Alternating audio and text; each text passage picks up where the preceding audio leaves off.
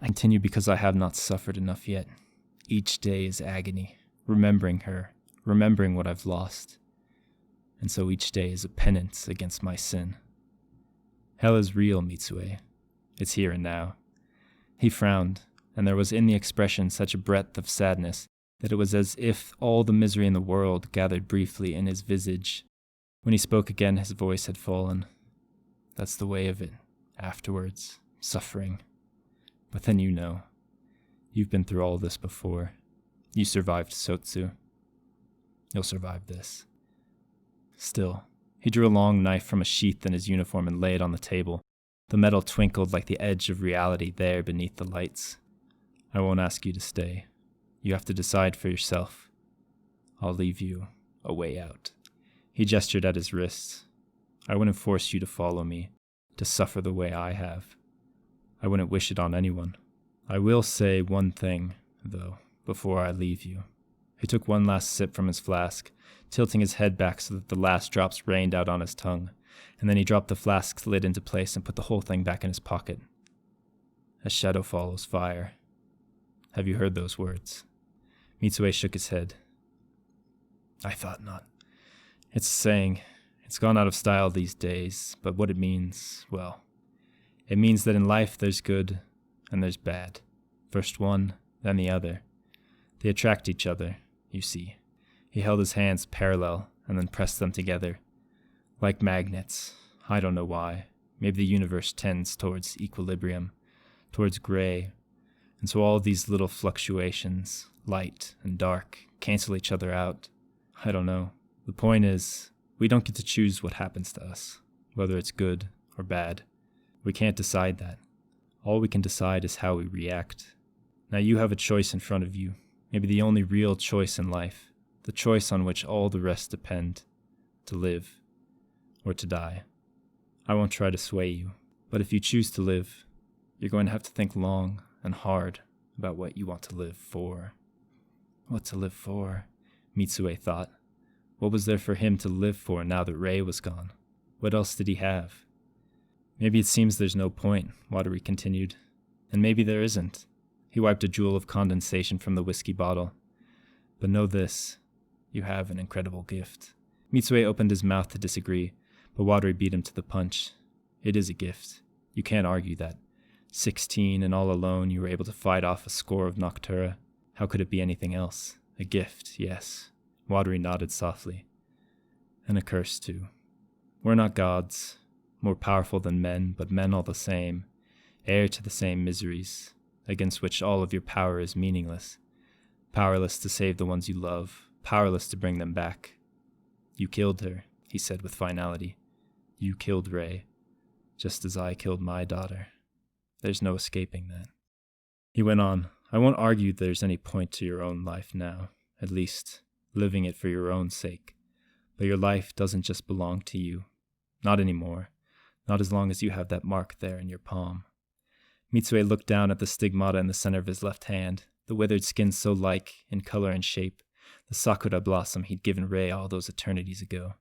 Because that mark, what it's supposed to mean, before anything else, before we started saying might was right, and before we started using the fire to kill, before all that, the stigmata was supposed to be a symbol of self-sacrifice. You have been chosen to serve, to live not for yourself but for others, to be their shield, a beacon of light in the darkness. He raised himself up in his seat.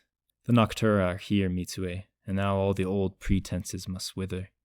Kindlers must remember our purpose of old, because it's only us now standing before the onrushing dark. Only us. It's a cruel fate that's been accorded you, no doubt.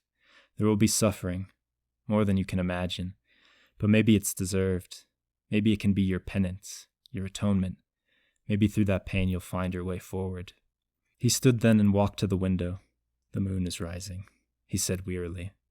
Through the glass, tatters of silver moonlight could be seen fluttering over the rim of the horizon. From below came cheers, celebration. Night had finally broken. Another day being born on the edge of the world in a cataclysm of white light. We survived, Watery said. This time. He walked back to the table but remained standing. At midday there will be a train. If you should choose to get on, it will take you to Ignis, the academy for those bearers of the stigmata. the training grounds of we kindlers. I say choose because it is up to you. I can't make you go, nor would I. We must all make our own decisions and try to live with them the best we can. I will promise you this, however. If you go, you will learn control, discipline, mastery. You've seen this night what we're up against. The Noctura have returned. Either we will destroy them, or they will destroy us. You didn't choose this power, but now you must choose what to do with it. He held out his hand. After a brief pause, Mitsue shook it. He smiled, and for the first time it seemed genuine, the brown mingling with the green in the pools of his eyes. I won't say that I hope you choose the right path, because neither is right. You will bear regrets, whichever way you turn. I only hope that, whatever you choose, you find the strength to endure the decision. He walked to the door, then turned back. It gets easier, he said, and then it gets harder. The pain comes and goes. He gave a rueful smile.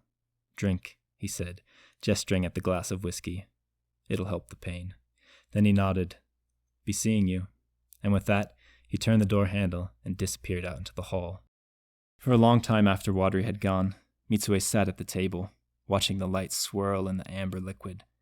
Then, his mind made up, he reached towards the knife, the edge gleaming with the end of all his worries. But instead, he took hold of the glass and tilted it to his lips and drank deeply. And though the taste was bitter and the alcohol stung as it slithered down his throat, there was a warmth, too, unfolding in the pit of his stomach, and he was reminded of summer nights where he and Ray stayed up to watch the moon rise, the city blanching out of the darkness as, in the flower beds below, all the zinnias in the garden opened to the dawn. At midday, Clyde led him through the city to the train station, the scars of the night's terror still fresh. They passed ruins that were once homes, shops, a skeleton of brick all that remained, one corner, one wall, vertebra, ribs, the flesh stripped clean away. Twice they had to backtrack to avoid an area where the street ended, a vast crater stretching away before them. Ash rained down on them, covering everything. Mitsue coughed and held a scarf across his mouth.